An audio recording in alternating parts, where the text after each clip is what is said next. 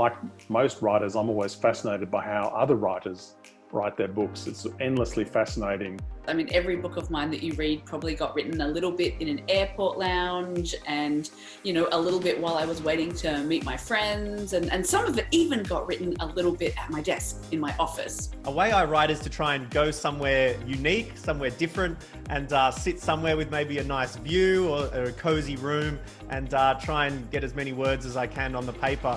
For many years, I actually wrote longhand first. I would write in a black and red notebook like this one, and I would write my prose longhand like that, and I'd write a chapter at a time longhand, and then I would type it up when I got the opportunity. I can be anywhere to write because the thing is, you can always edit it later. I spend a lot of time letting characters just appear in my head, and after a while I let them walk around, I watch them, and I try to figure out what they're up to and what they're afraid of and what their conflicts are. I do a lot of talking to myself. I do a lot of talking out scenes. Something about writing conversations just doesn't come across as natural on the page. You have to talk it out. And I especially write out arguments between my characters.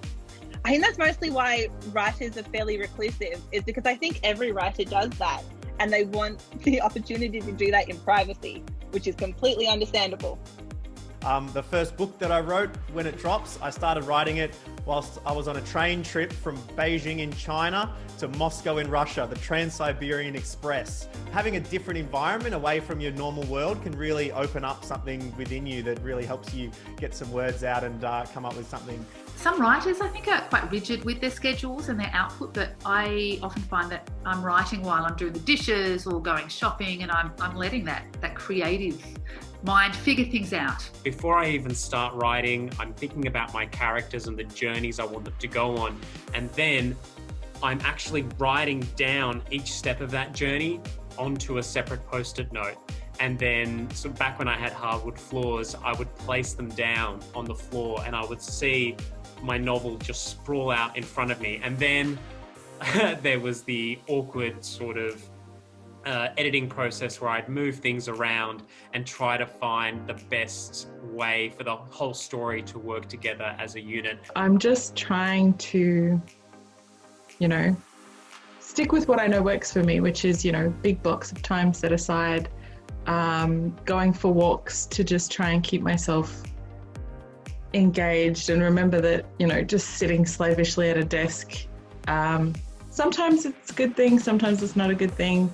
And sometimes I just need to get away and catch up with people and actually remember, that there is life away from my desk. The process in which I write is always got to do with my 39 members of my large Lebanese family. And so for me, it's really sitting down and observing my family members, their mannerisms, their gestures, the way they speak to each other, but also to sort of bring to life Western Sydney and the characters and the stories in Western Sydney.